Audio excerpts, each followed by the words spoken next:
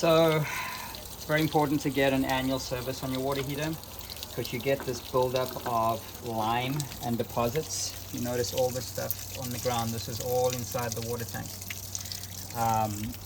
This cuts down the efficiency of the water heater. It's going to cost you more in electricity. And in addition to that, on a Suburban, you have to replace your anode rod. So this is what a new anode rod looks like. This is what I just pulled out. So as soon as this is gone, it's going to start attacking the tank itself, and it'll just, this is the sacrificial part. So this is what gets attacked and wears away, and it sacrifices itself over the tank. So these are important to check annually. If this is gone, you're at some point going to have to replace the water heater.